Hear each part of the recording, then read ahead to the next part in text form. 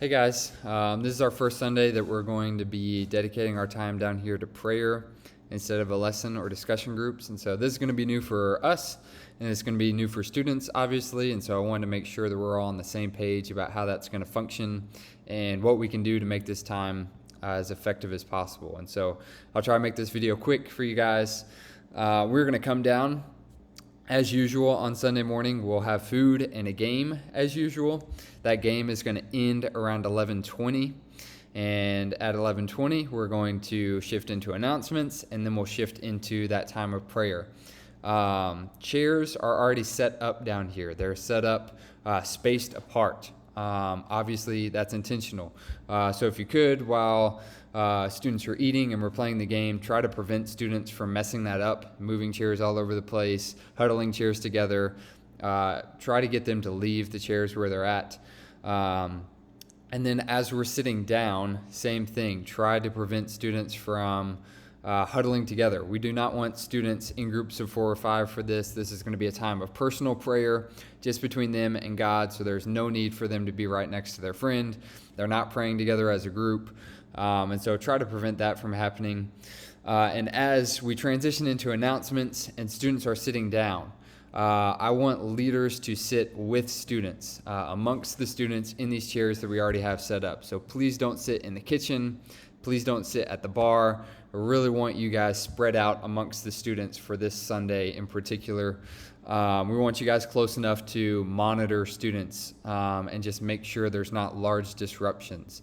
You'll hear this theme over and over in this video. We're going to try to create the most effective environment possible. So we want to give students no excuse to not be fruitful in prayer. We want to create an environment where they can focus, where it's quiet, where they have plenty of resources and plenty of time to grow in this discipline. And unfortunately, a couple of students that are really distracting can ruin that for a large portion of students that really want to use this time to grow. And so you can't make a student pray necessarily. So if you're seated amongst other students and you just notice that one student is clearly not paying attention, clearly not reading, clearly not praying, they're just off in their own little world, as long as they're not causing distraction, you don't need to necessarily go up to that student and make them pray, force them to pray.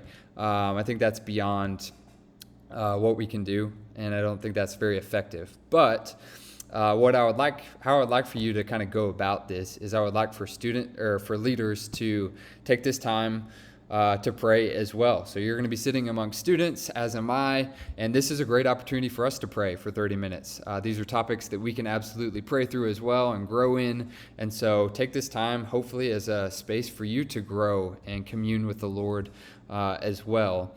And as you're doing that, if a student is doing something that's distracting you while you're praying, chances are that's also distracting to everyone else that's around that student. And so if someone's doing that and it's distracting you, then you probably need to get up and tap that student on the shoulder and tell them to quit doing whatever it is that they're doing. So that's how I would go about it. If you're in prayer with your eyes closed and a student is doing something that distracts you, that's your cue that you probably need to go and have a chat with that student. And please be willing to do that. I'm not super comfortable doing that. I don't like doing that. I know no one really loves having that conversation, but I think it's in order to protect everyone else that really wants to use this time well, we're going to have to be diligent in doing that this week in particular. The actual prayer structure will flow like this. We have 4 topics that we're going to be going through, and we're going to pray for 6 minutes on each topic. We're not going to tell students that it's going to be 6 minutes. We're just going to tell them that we're going to have time to pray over this topic. So if a student asks you, don't tell them that it's going to be 6 minutes. We don't want students setting their watches and setting their timers and looking at the clock, trying to count down 6 minutes. They don't need to know. But you guys should know we're doing 6 minutes on each topic, which is 24 minutes in total.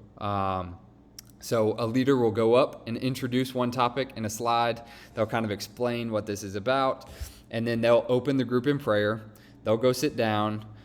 Music will be playing softly, so it's not dead silent, and we're going to have 6 minutes where students and leaders are just praying over that topic. I think personally that there's more than enough stuff to keep students busy for 6 minutes. I've got several requests, things to pray about on each topic, and I also have scripture that goes along with every topic. So I think that they can fill 6 minutes, and that's actually on this first one, I would like for a lot of people to feel like this is not enough time, rather than every student to feel like that is way too long. There's no way I can fill up that much space. And so we'll reevaluate after this first go around and maybe adjust the time next time. But that's what we're doing this time. 6 minutes a topic. So it'll be 6 minutes, and then another leader will go up and introduce the next topic, kind of breaks the silence, gives people a chance to regroup, gives you a new category to be praying in.